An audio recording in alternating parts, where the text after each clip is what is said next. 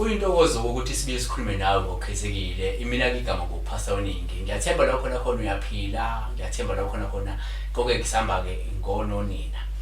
namhlanje nasilandeke udokotela la uManzini ukukhuluma naye ngodaba la othinta kushukela siyazi ukuthi isifo lesi esandile esihlupha abantu abaningi nabantu abasha siyakwazi ukuthi sibahluphe njengamanje asisahlupha abantu abadala kuphela kodwa ke ngeke sokuqinisa ubudlelwane nokuqinisa imishado nokuvuselela uthando nokuvuselela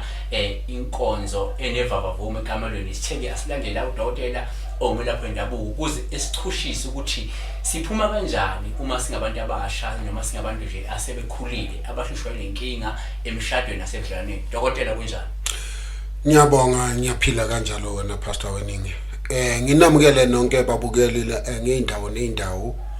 kuwo wonke amagumbi amane nomhlaba njengoba senizwile upastor weningi sekabambe udaba nanto labantu besilisa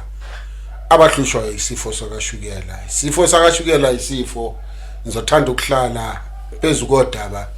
nginganichitheli isikhathi. Ngithi isifo soShukela isona esihlupha abantu besilisa abasaba nokukhuluma ngaso. Indoda uthole inenkinga ekameleni. Umama sekuzokudala nengxabano akasamhloniphi ubaba ekhaya ngendaba yokuthi akakwazi ukwenza umsebenzi wakhe kahle ekameleni akasayidlala indima yakhe ukuba ubaba ekameleni. Ikanjena le ndaba ithi mase sikuphethe lesifo ngisho noma sowuphuza oViagra uphuze noma inhloboni yamapilisi igcine vele umsebenzi ungasaqhubeki kahle ekameleni umama angasakuhloniphi injabulo ayisekho la ekhaya omama sekagcine no benteni noma sithe ama side chick asazi la omakhwapheni sekathandana nomakhelwane ngendaba yokuthi wena usayakwazi ukuqhubha umsebenzi wakho kahle hayi ngoba engakuthandi kodwa ngoba ukudla kwakhe la ekhaya akusekho. So njengoba namuhla ke ukuzwela mbukeli kungenzeka kuphela ubudlelwane umuntu esakuthanda ngeze umuntu abe nomakhwapheni esakuthanda kodwa ngenxa yokuthi inkonzo yasekamelweni isiphazamisekile nisakwazi ukudlala ngendlela efanele bese ke kugcineke sekunomuntu osezokwenza lento Nufliq ukuyenza udokotela kukhona lokho namhlanje ukuthi ke ebheke noma esivezelwe ulwazi analo nalikhamba nalo ekutheni uma ukuthi njengamanje bese vela amanzi angenile endlini noma sekunamathuba amaningi ukuthi amanzi angene endlini siwavimba kanjani dokotela. Ikhambi likhona la ekhaya kwaManzini. Ngingakhulumele bonke abadali abalaphi bendabuko. Angeke ngisho ngithi bonke sinalo ngoba ulwazi silithola ngokuhlukahlukana kodwa la ekhaya ethembisa esivana i145 uyalithola ikhambi liyaphuzwa lelo khambi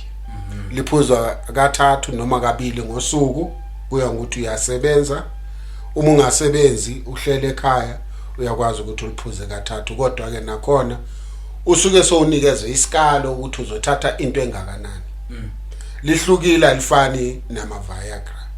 alina ama side effect. So ngokunjalo usizo kulabo abantu abaningi abanye bahamba imen's clinic kanti ikhambi likhona. Angisho ukuthi ningahambi kuma men's clinic angisho ukuthi ngingcono kuna men's clinic kodwa enguchazayo ukuthi anizami ngani size sizonisiza abafowethu ngoba imizi yenu iyaphela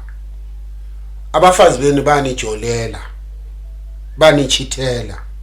hayi ngoba bethanda ukuchitha bachitha ngoba anisawenza umsebenzi abazela wona besuka emakhaya kubo basuka ekhaya kubo eza kuwe ngoba ethemba ukuthi lokudla angakutholi angakuphakelwa le ekhaya uyokuphakelwa kuleli khaya kodwa maye ngasakuthola namhlanje wenzani uyohamba uya ngaphandle ayishe kufuna kahle shina wona dokotela ukuthi ngamanye amazwi wena mabefike la kuwe ubaba impela umama uyoze eshe empedeni ebaleke yokhala induku ke kuyobuyela esimeni lokishe njalo induku ngoba induku umelishe bafethu ngoba umama ngendoda ekwazi umsebenzi wayo ekhaya uthi mawushaye umama kahle wamphakela ekseni uthola ubreakfast in bed yeah uthi nezingane mayekhuluma nazo athi ngizomtshela ubaba kodwa ubaba maye engasawenza umsebenzi wakhe akakusakhulunywa nangaye seyufana ngisengathi umfowenu nje usolala nodadewenu phela naye ubona ngathi ulelo nodadewabo yena manje makalele nawe secabanga enye indoda manje macabanga enye into ukhona la ndlini kodwa manje make wafika kuwe wamthinta nezakhe izandla cha uhamba bese afike sekayindoda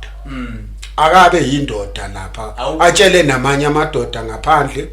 ake ngigijime nibatshele bafowethu ukuthi ikhambise likhona elabantu bakashukela sizwe ukuthinta lapho ukuthi noma ngabe mhlawumbe isimo umfutho wegazi ophezulu nawo ngiyawuthithibalisa uyabona ke sikhuluma ngesifo high blood nabo mama uma nikhona ninesifo soshukela izani nizothola usizo umuthi okhuluma ngawo lapho upastor weningi yisifo lesesibiza ngokuthi i-high blood i-high blood umuthi wakhona ugcwele ukhona la ekhaya uyawehlisa nje u-high blood ubuyele esimeni esikahle bese uhamba emtholampilo mawuqeda ukuthola umuthi kaManzini uyohlola ukuthi ngabe isimo sakho sesibuyele na kodwa esikhathini esiningi angisengakabi nabo abakhalayo bathi cha kuthe sisephezulu kodwa ngiyangithola imphumela abathi udokotela uthe kanti ngenza ngani ongakho ngithanda ukuthi abaningi abano high blood esifo soshukela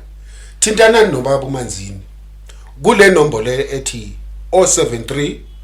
812 4743 ngizoyiphinda futhi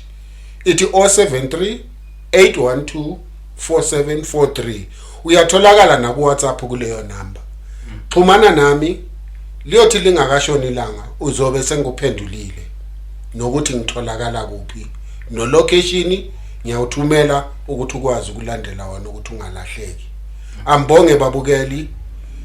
ngiyethemba ukuthi laba kade bedinga usizo sebeyolithola namhlanje balitholile nawo lalele owazi lo muntu onesinkinga ephathalane nalokho engikhuluma ngakho namhlanje please mtshela umfowenu udadewenu azazothola usizo thank you so much ngiyabonga thokozani injalo ke bakwethu ulwazi mase selitholile sidlulisana nabanye abantu bangabe nenkinga uma ukuthi unomuntu omaziyo njengamanje ohlushwa isifo sikashukela kodwa osakwazi ukuthi ithinteke into yakhe ithinta nedingabi namandla akwazi ukuthi esizakale ibuye libe namandla ukwazi ukuthi basizakale ngenzeka kusiwena kodwa umngane wakho uyamazi ukuthi useke wakuxoxela ukuthi umyeni wakhe esenokuba namandla ashishaphele akabuye asizakale ukwazi ukuthi ubudlelwane busizakala busimama